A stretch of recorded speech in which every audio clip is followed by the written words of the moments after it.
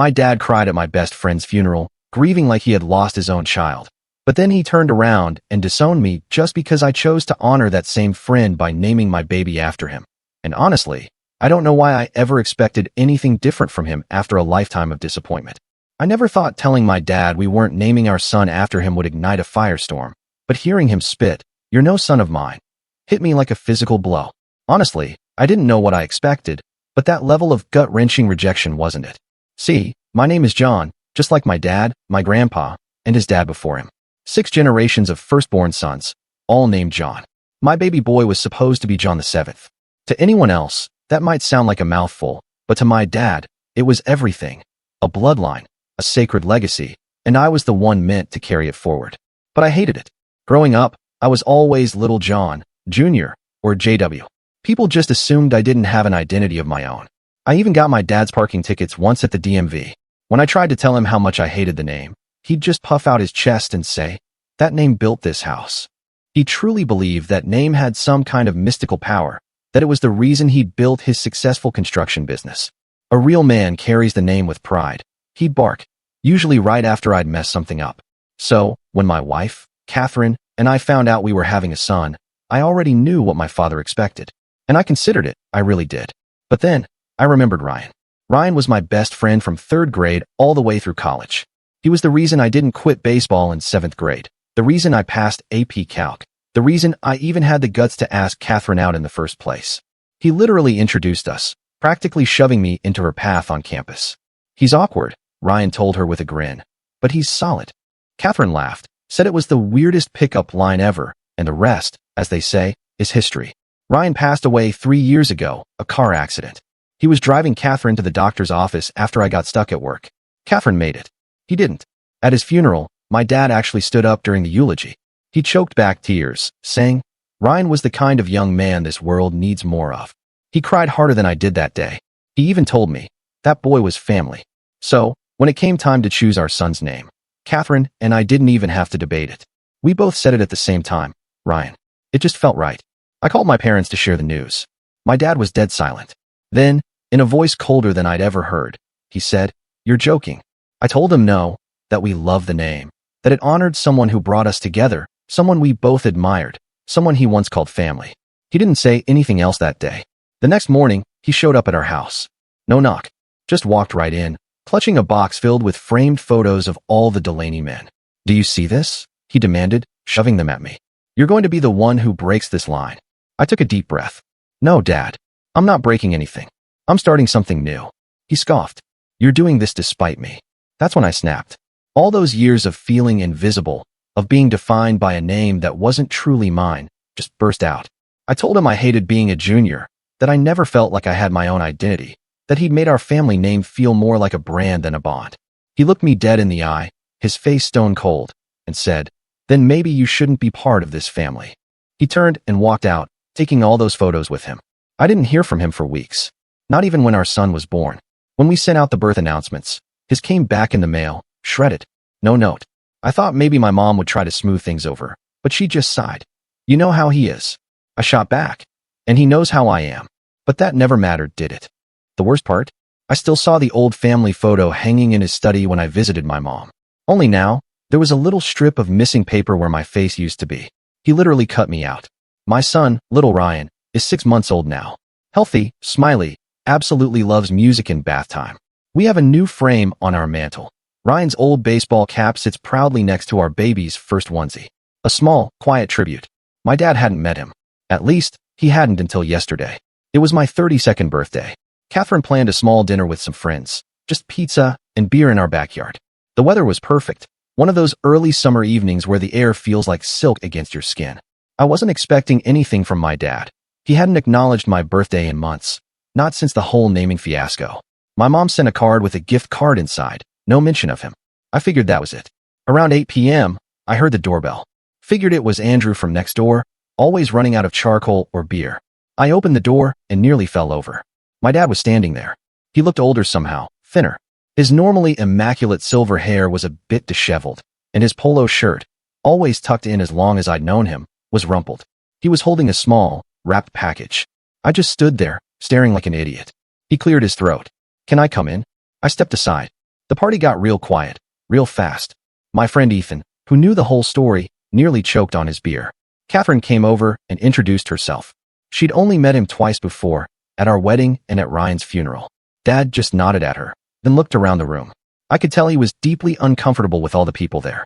Could we talk somewhere private? He asked. We went to my home office. He sat down in my desk chair without asking. Old habits. Always taking the power position in a room. I leaned against the bookshelf and waited. He put the package on the desk between us. Neither of us touched it. He asked about work. Fine. He asked about the house. Roof needed fixing. Small talk. Painful small talk. The kind that fills space, but says nothing. Finally, he got to the point. He told me my mom was sick. Cancer. Stage 3. They found out 2 months ago. She didn't want me to know yet. Didn't want to burden me with a new baby and all. I felt like someone had punched me in the gut. My mom. The one person who always stood between me and my dad's temper. The one who taught me it was okay to be different from him. The one who snuck me comic books when Dad insisted I should be reading business biographies instead. I sat down hard on the floor. Dad said the treatments were going okay. Not great, but okay. The doctors were cautiously optimistic, whatever that meant. Then he said something that knocked me sideways. He said he was sorry. Not for the disowning thing. Not for cutting me out of the photo. But for not being there when Ryan was born. I corrected him, my voice tight. His name is Ryan, Dad. He nodded. Said he knew that. Said he'd like to meet his grandson someday. His voice cracked a little on the word grandson. I told him Ryan was asleep upstairs. He could see him if he wanted. Dad hesitated, then nodded. We went upstairs. Catherine was already there, checking on the baby. She gave me a look, part question, part warning. I nodded. She left us alone. Dad stood over the crib for a long time, just looking, not saying anything. Then, he reached down and touched Ryan's tiny hand. The baby grabbed his finger. Dad made this sound. Not quite a laugh, not quite a sob. He just said, "He looks like you did." I didn't know what to say to that. We went back downstairs. The party was winding down, people leaving, giving us space, sensing something important was happening. Dad said he should go too. I walked him to the door. He handed me the package, told me to open it later. After he left, I unwrapped it. It was a small wooden box, hand-carved with the Delaney family crest. Inside was his father's pocket watch, the one he always said would go to John VII someday. The gold was worn smooth in places from generations of handling. And there was a note. For Ryan Delaney, from his grandfather. My hands shook as I read it. I thought that was it. A peace offering. An olive branch. But then my phone rang at midnight. It was my mom. Dad had collapsed after getting home. Heart attack. She was at the hospital. I raced over, leaving Catherine with the baby. Got there just as they were wheeling him into surgery. Mom was a mess, trying to be strong but falling apart. Her face was pale, making the dark circles under her eyes stand out even more. I held her hand and waited. The doctor came out 3 hours later. Dad was stable, but critical. They'd done an emergency bypass, found major blockages. The doctor said it was good Mom called when she did, any later, and he might not have made it. I asked when we could see him. Maybe in a few hours, once he was out of recovery.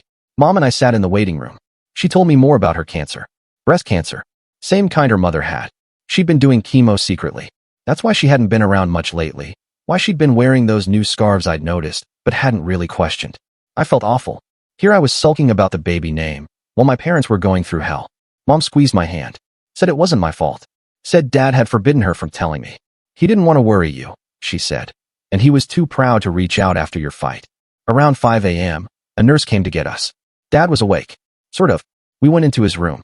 He looked small in the hospital bed, tubes everywhere, machines beeping. His eyes were closed when we walked in, but he opened them when Mom said his name.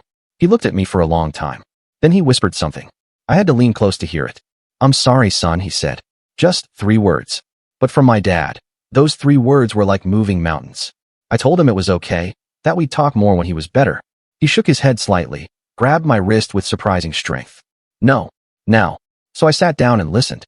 Dad talked for almost an hour, stopping only when the nurses came in to check his vitals.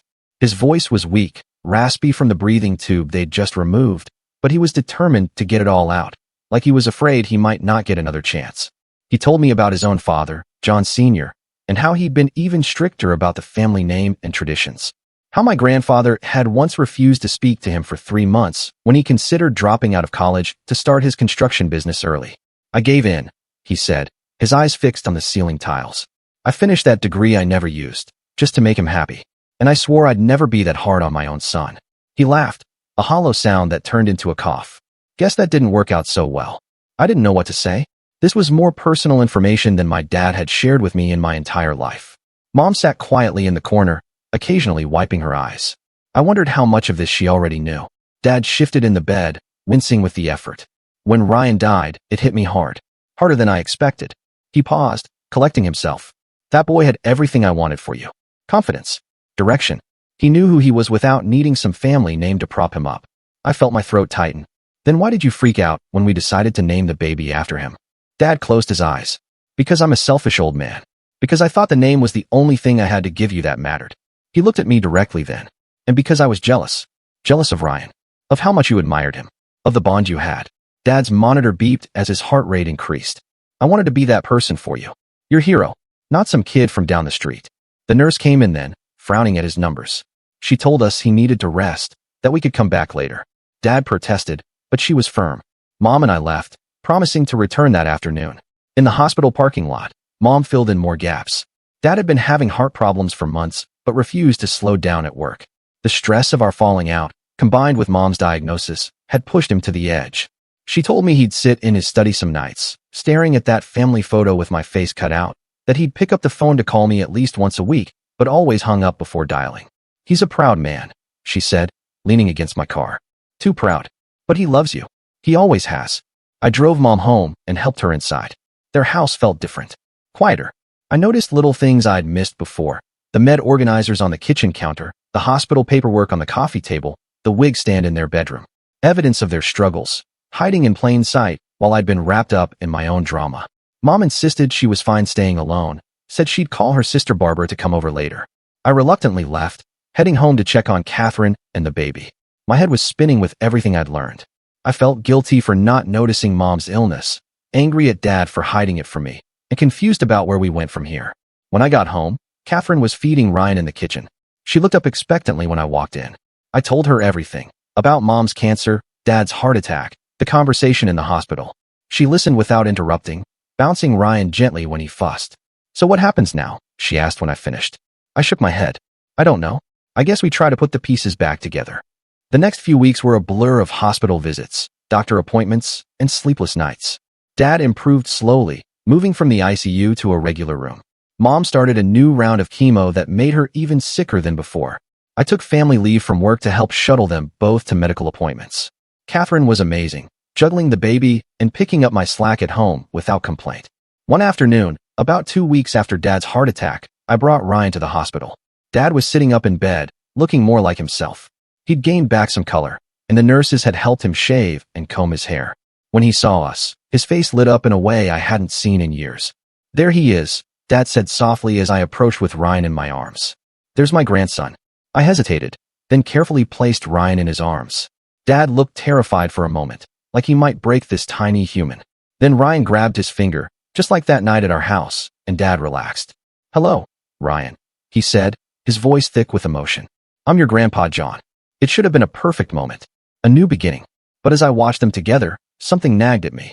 Dad seemed sincere in his apology, in his acceptance of Ryan's name. But was it just because he was facing his own mortality? Would he have ever come around if he hadn't gotten sick? If Mom hadn't gotten sick? I pushed the thoughts aside. It didn't matter now. What mattered was moving forward, rebuilding our relationship, making sure Ryan knew his grandfather. Dad looked up at me, his eyes wet. He's perfect, he said. You did good, son. For the next month, things were better. Not perfect, but better. Dad came home from the hospital. Mom finished her round of chemo and got slightly better news at her follow-up scan. The tumors had shrunk a little. Not as much as the doctors hoped, but it was something. Dad and I established a fragile truce.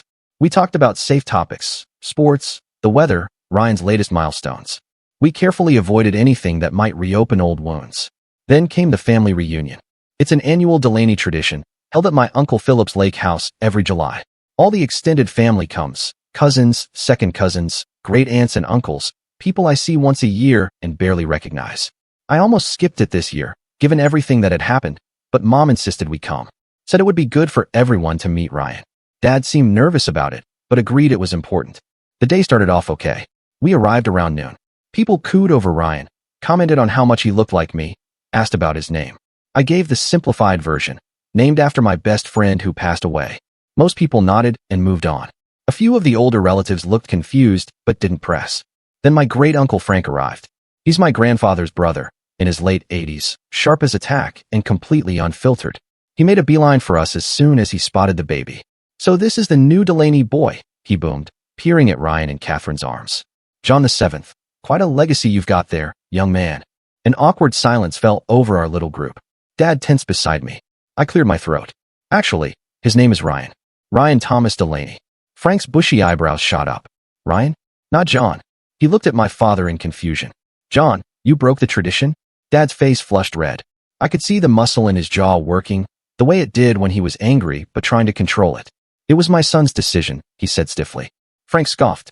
"Your father would roll over in his grave. 6 generations down the drain." He shook his head in disgust. "What's next? Selling the family business to strangers?" I felt Catherine stiffen beside me. She handed Ryan to me and excused herself, probably to avoid saying something she'd regret. I bounced Ryan gently, trying to stay calm for his sake. "It's just a name, Uncle Frank," I said. "The family legacy is about more than that." Frank wasn't having it.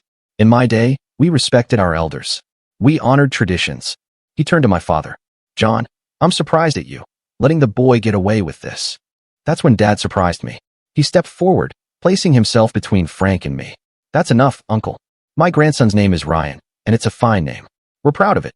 Frank huffed and walked away, muttering about kids these days and no respect. Dad watched him go, then turned to me with a weak smile. "Sorry about that. He's from a different era." I nodded, grateful for the support, but still unsettled. "Thanks for stepping in." Dad reached out and touched Ryan's cheek.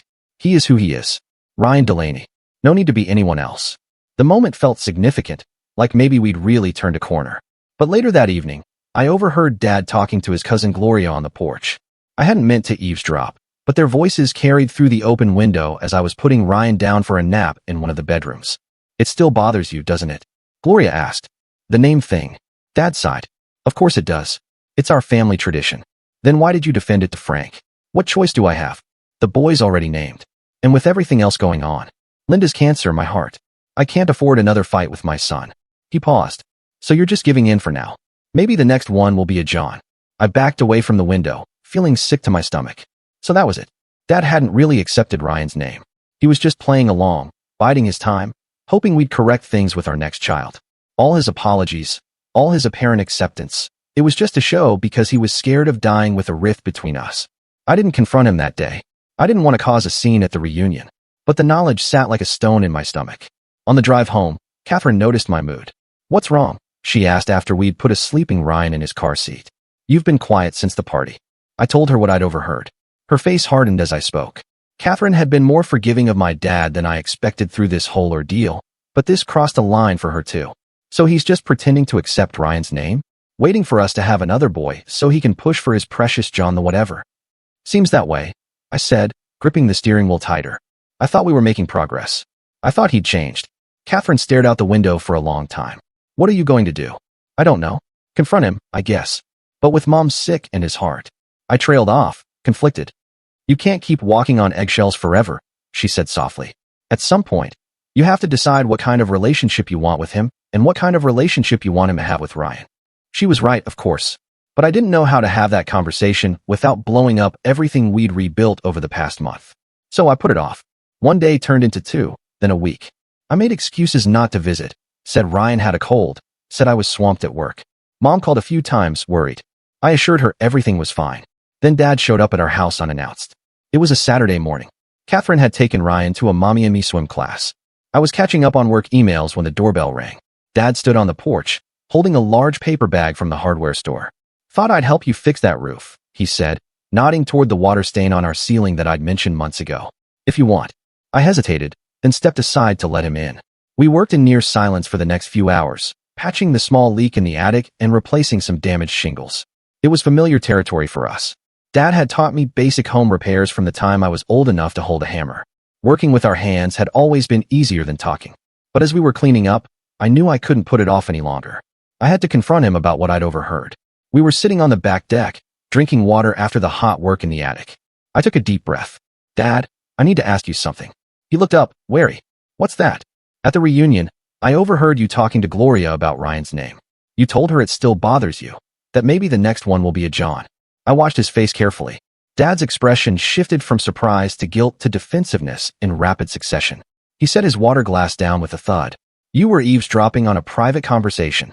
That's not the point, Dad. The point is you've been lying to me, pretending to accept Ryan's name when you really haven't. Dad stood up, pacing the small deck. What do you want from me? You want me to be happy that you threw away 6 generations of family tradition? You want me to not care at all? I want you to be honest. If you still have a problem with his name, say so. Don't pretend. Everything's fine when it isn't fine. I'm not happy about it. I think you made a mistake. Dad's voice rose. But I'm trying, damn it. I'm trying to accept it because I don't want to lose you. Is that honest enough for you? I stood too, matching his anger. And what about that comment about the next one? Are you just waiting for us to have another boy so you can pressure us into naming him John? Dad's face flushed. It was just a comment. A hope, maybe. Well, get it out of your head. We're not naming any future children John either. That tradition ends with me. The words hung in the air between us. Dad looked like I'd slapped him. He grabbed his tools without another word and headed for the door. I followed him. So that's it. You're just going to walk out again. He stopped, hand on the doorknob. What do you want me to say? You've made your decision. You've made it very clear what you think of our family traditions, of everything I tried to give you. Give me, Dad. You forced that name on me. You never once asked if I wanted it. It was an honor, he shouted, turning to face me. An honor you rejected. It was a burden, a chain, something that never let me be my own person. We were both yelling now, years of resentment bubbling to the surface. Dad's face was red, and I worried briefly about his heart, but I couldn't stop. Not now. You know what? I'm glad Ryan has his own name. I'm glad he won't grow up feeling like he's just a copy of someone else, like his only value is in carrying on some outdated tradition. Dad went very still. When he spoke again, his voice was low and dangerous. You think that's all the name meant? Some outdated tradition? That name connected you to your ancestors, to men who built something from nothing, who survived wars and depressions, and still managed to provide for their families. Men you should be proud to be associated with. I can be proud of them without sharing their name. I can honor the family without being John the 7th. Dad shook his head, a look of profound disappointment on his face. You just don't get it. And you never will. He opened the door. Tell Catherine and the baby goodbye for me. Dad, wait. But he was already gone, the door slamming behind him. I stood there, shaking with anger and frustration. This was exactly what I'd been trying to avoid. Another blow-up. Another rift. And now what? Were we back to square one? Would he cut me out of his life again, just when Mom needed us both the most? Catherine came home an hour later with a sleepy Ryan. One look at my face told her everything she needed to know. You had the talk, she said, not a question. I nodded, taking Ryan from her arms. He smelled like chlorine and baby shampoo. I held him close, drawing comfort from his solid little weight. It didn't go well, I said unnecessarily. He left angry. Catherine sighed, dropping her swim bag on the floor. What exactly happened? I recounted the argument as best I could. Catherine listened, her expression growing more troubled. So now what? She asked when I finished. I don't know. I really don't. I looked down at Ryan, now sleeping against my shoulder. I just know I don't want him growing up in the middle of this war. The next day, I tried calling Dad. No answer. I called Mom, who sounded tired and stressed. She said Dad had come home upset but wouldn't tell her why, that he'd spent the night in his study, something he only did when he was really angry. I felt terrible, adding to her worries when she was already dealing with so much. A week passed, then 2. No word from Dad. Mom came over a few times to see Ryan, always alone. She looked worse each time. Thinner, paler, her headscarf not quite hiding the complete loss of hair from the chemo. I wanted to ask about Dad, but I didn't want to put her in the middle more than she already was. Then, on a rainy Tuesday afternoon, everything changed again. I was at work when my phone rang. It was the hospital. Dad had another heart attack. A big one. They weren't sure he was going to make it this time. I left work immediately, calling Catherine on the way. She promised to meet me at the hospital with Ryan. I drove too fast, my mind racing with all the things I'd never said to my father, all the conversations we'd never finished, the reconciliation we'd never quite managed to achieve.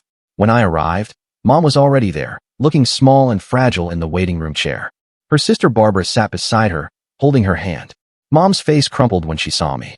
I rushed over and hugged her, carefully mindful of how thin she'd become. How is he? I asked, dreading the answer. In surgery, Barbara answered when Mom couldn't. It's not good. The doctor said his heart was severely damaged from the first attack. This one was worse. I sat down heavily. This is my fault. The argument. Stop that, Mom said sharply, surprising me. Your father has been ignoring his doctor's orders for months. Not taking his medication properly. Working too much. stressing about everything. She took my hand. This is not your fault. But I couldn't shake the feeling that our fight had contributed, that the stress of our ongoing conflict had pushed his already damaged heart past its breaking point. We sat in silence, waiting for news. Catherine arrived with Ryan, who provided a brief distraction with his baby babble and curious eyes. But as the hours stretched on with no word, the tension in the room became unbearable. Finally, around 8 p.m., the surgeon appeared, still in his scrubs. His face told us everything before he even spoke. Dad had died on the operating table. They tried everything, but his heart was too damaged. He was gone. The next few days passed in a blur of funeral arrangements, phone calls to relatives, and moments of crushing grief that would hit me out of nowhere. I kept thinking about our last conversation, how we'd parted in anger, how I'd never get to make it right now, never get to find that middle ground we both could live with. The funeral was held at the same church where Ryan's had been 3 years earlier. The irony wasn't lost on me. The same pews, the same hymns, many of the same people. Only this time, it was my father in the casket, and this time, I was the one giving the eulogy. I stood at the podium, looking out at the sea of faces, family, friends, employees from Dad's construction company. I had prepared remarks, carefully written and edited, but as I started to speak, I found myself setting the paper aside. My father was John Delaney VI, I began. He was proud of that name, proud of the legacy it represented. And for a long time, I resented that pride, resented being John Delaney Jr. I paused, looking down at where Catherine sat with Ryan in her arms. My son, my legacy. But standing here today, I realized something. A name isn't just a label. It's a story. My father's story was one of determination, hard work, and yes, sometimes stubborn pride. He built a business from nothing. He provided for his family. He tried, in his own way, to pass on what he thought was important. I took a deep breath, fighting back tears. We didn't always agree on what was important. We fought about it, right up until the end. But I never doubted that he loved me, that he wanted the best for me, even if we disagreed on what best meant. I looked over at the casket, at the formal portrait of my father displayed beside it, stern, dignified, every inch John Delaney Sr. Dad, I wish we'd had more time. I wish we'd found a way to understand each other better. But I want you to know that Ryan will grow up knowing your story, knowing his grandfather's legacy. And in that way, the name lives on, even if it's not the way you planned. After the service, people lined up to offer condolences. Most were a blur, hands to shake and platitudes to exchange. But one conversation stood out. My father's oldest friend, Kevin, pulled me aside as the crowd was thinning. Your dad came to see me, you know, after your fight about the baby's name. I shook my head. I didn't know that. Kevin nodded. He was torn up about it. Couldn't understand why you'd reject the family name. I told him, maybe it wasn't about rejection. Maybe it was about creation. About you making your own path, just like he did when he started his business against his own father's wishes. I stared at him, surprised. What did he say to that? Kevin smiled sadly.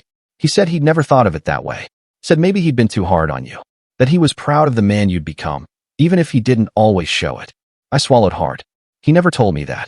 He was going to. He called me the morning of his heart attack. Said he was going to come see you that weekend. Make things right. Kevin squeezed my shoulder. He ran out of time. But he wanted you to know. I stood there, stunned by Kevin's words. My dad was going to make things right. He'd been planning to come see me, to fix what was broken between us. And now he never would. The weight of that missed opportunity hit me like a physical blow. I thanked Kevin for telling me, then found Catherine in the crowd. I needed to hold my son.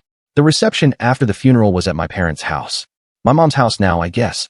People filled every room, eating casseroles and telling stories about my dad.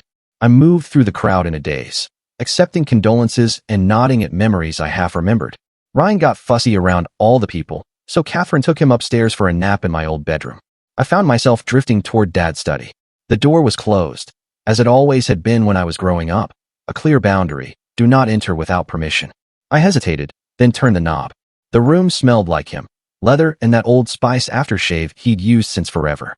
His desk was neat as always, papers stacked in precise piles. The family photo still hung on the wall, my face still cut out. I walked over and took it down, running my finger along the jagged edge where I used to be. That's when I noticed the drawer of his desk was slightly open. I pulled it open further and froze. Inside was a new family photo, me, Catherine, and Ryan at the hospital the day he was born. It was framed and ready to hang.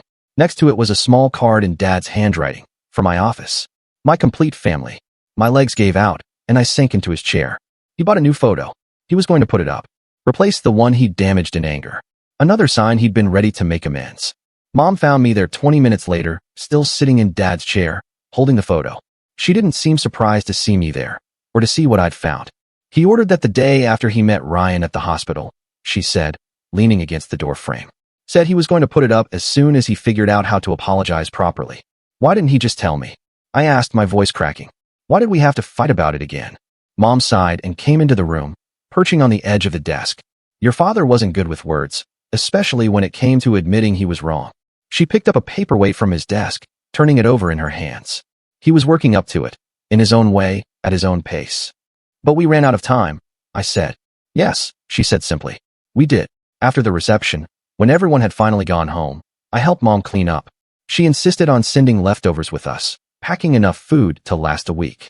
As we were leaving, she handed me a sealed envelope. Your father left this in the safe, she said. It has your name on it. I took it, feeling the weight of the thick paper. What is it? I don't know. I didn't open it. She touched my arm. Read it when you're ready. I nodded and put it in my pocket. I wasn't ready yet. Not with the funeral so fresh, the grief still so raw. I took my family home, put my sleeping son in his crib, and collapsed into bed beside Catherine without even changing out of my suit. The next morning, I called into work and told them I needed another week. My boss was understanding. I'd barely taken any time off when Ryan was born, and now with Dad's death, he told me to take all the time I needed. I spent the day in a fog, going through motions, changing diapers, heating bottles, staring at walls. The envelope from Dad sat on my nightstand, unopened. That night, after Catherine and Ryan were asleep, I finally picked it up. I took it downstairs to the kitchen table, poured myself a whiskey, Dad's favorite, the irony not lost on me, and broke the seal. Inside was a letter and some legal documents. I unfolded the letter first. Son, it began in Dad's precise handwriting. If you're reading this, I'm gone. I've updated this letter every year since you were born, but this version is new. I wrote it the day after I met Ryan. I took a deep breath and kept reading. I owe you an apology. Several, actually. I've been stubborn about the name. Unreasonable. Your grandfather was the same way with me, and I swore I'd never put that pressure on my own son. Yet here we are. I had to stop reading for a minute. Dad admitting he was wrong. In writing, this was unprecedented. The truth is, I was hurt. Not just because you broke tradition, but because you chose to honor Ryan instead of me. I was jealous of a dead man. How pathetic is that?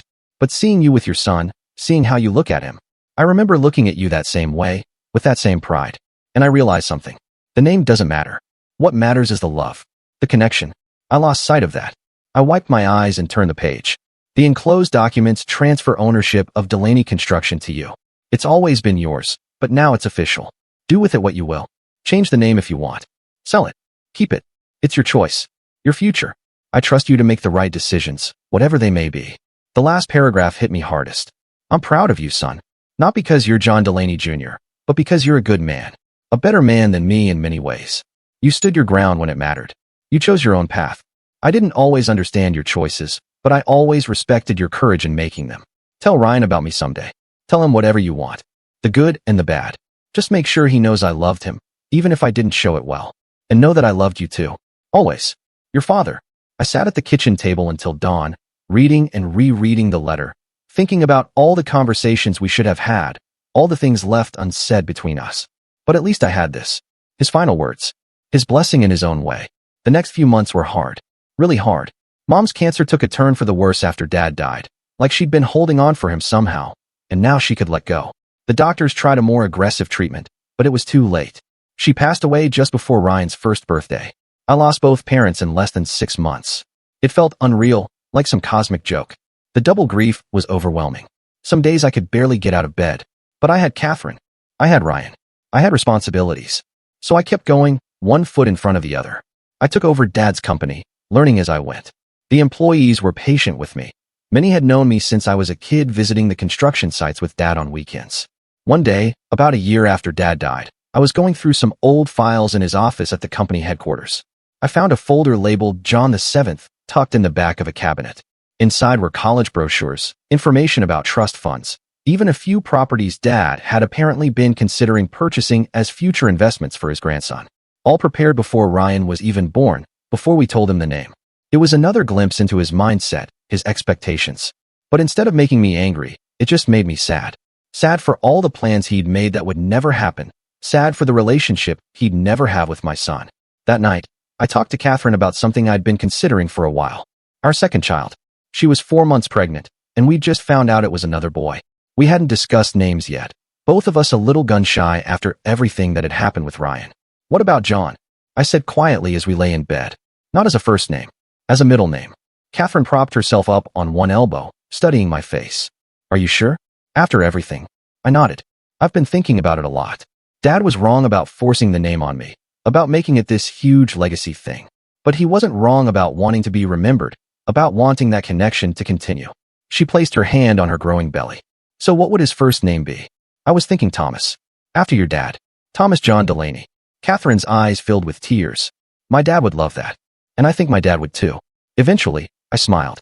He'd probably grumble about it not being a first name, but he'd come around. We decided to keep the name choice private for a while, just between us.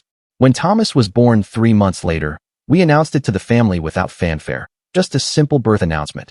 Thomas John Delaney, 8 pounds 2 ounces, born 3:17 a.m. My uncle Philip called first. John is a middle name, huh? Your dad would have had opinions about that. I laughed. Yeah, he would have. But I think he'd have come around, you know? Philip said thoughtfully. Your grandfather's middle name was Thomas. Did you know that? John Thomas Delaney IV. It was his mother's maiden name or something. Your dad probably forgot or never knew. He wasn't big on family history beyond the Johns. I hung up feeling like maybe this was meant to be, a connection I hadn't even known I was making. As the boys grew, I found myself thinking about Dad often. When Ryan hit a baseball for the first time, I wish Dad could have seen it. He'd played minor league ball in his youth.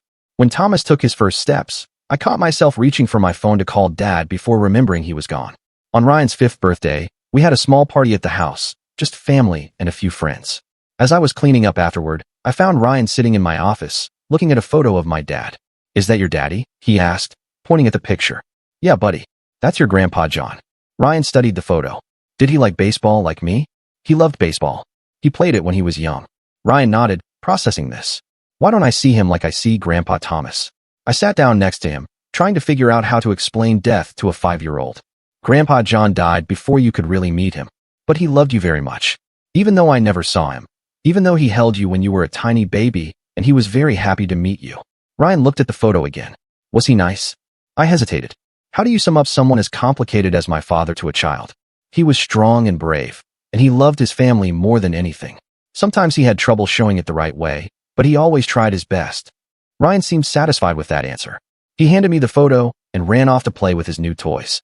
I put the picture back on my desk, next to one of both boys at the beach last summer. As Ryan and Thomas grew, I made a point of telling them stories about their grandfather. Not just the good parts, but the real parts. How he built his business from nothing. How he could be stubborn and difficult. How he taught me to throw a curveball and fix a leaky faucet. How he cried at Ryan's funeral and defended his grandson's name to great Uncle Frank. I wanted them to know him as a real person, not just a name or a legacy. I wanted them to understand where they came from without feeling bound by it, to see the good and the bad, and make their own choices about what to carry forward. On the 10th anniversary of Dad's death, I took the boys to the cemetery. Ryan was now 10, Thomas 7. They placed flowers on the grave and asked questions about the man they barely remembered or never knew. As we walked back to the car, Ryan asked me a question that stopped me in my tracks. Dad, are you sad that I'm not named John like all the other Delaneys? I knelt down to his level, putting my hands on his shoulders. No, buddy, not at all. You're named after one of the best men I ever knew. Someone who was brave and kind and always there for me. Just like you're always there for your brother. Ryan nodded, considering this. But Grandpa wanted me to be John, right? That's why you guys fought. Kids pick up more than we think. I sighed. Yeah, that's part of it. Grandpa thought names were really important. That they connected us to our history. Are they important? I thought about it. About all the anger and hurt that had swirled around something as simple as what to call a child. About the tradition that had meant everything to my father and felt like a prison to me. Names matter because they're the first gift we give our children, I said finally. But what matters more is who you become, not what you're called. Ryan seemed to accept this. Thomas, who had been listening quietly, piped up, I like my name. Both parts. I smiled and ruffled his hair. Me too, buddy. As we drove home, I thought about how far we'd come. How the name that once divided our family now connected us in new ways. Ryan carried my best friend's legacy. Thomas carried a piece of both his grandfathers. And I carried my father with me every day, in ways that went far beyond a shared name. That night, I dreamed about Dad. We were sitting on the deck of my house, drinking beer and watching the boys play in the yard. No arguments. No tension. Just two men watching the next generation grow. In the dream, Dad looked at me and said, "You did good, son." Just that. Simple words that meant everything. I woke up with tears on my face, but a sense of peace in my heart. The rift that had seemed so insurmountable had healed over time. Not perfectly. There would always be scars, always be regrets about words spoken in anger and reconciliations that came too late. But the love remained. The connection remained. And in the end, that was the real legacy.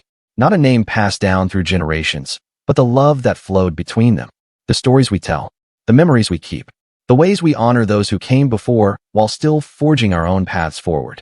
Ryan and Thomas would grow up knowing where they came from, knowing their grandfather's strengths and flaws, knowing they were free to choose their own paths, make their own mistakes, create their own legacies. And somewhere, I like to think Dad was watching. Maybe not entirely approving of every choice, but proud nonetheless. Proud of the family that continued, even if not exactly as he'd planned. That was enough. It had to be.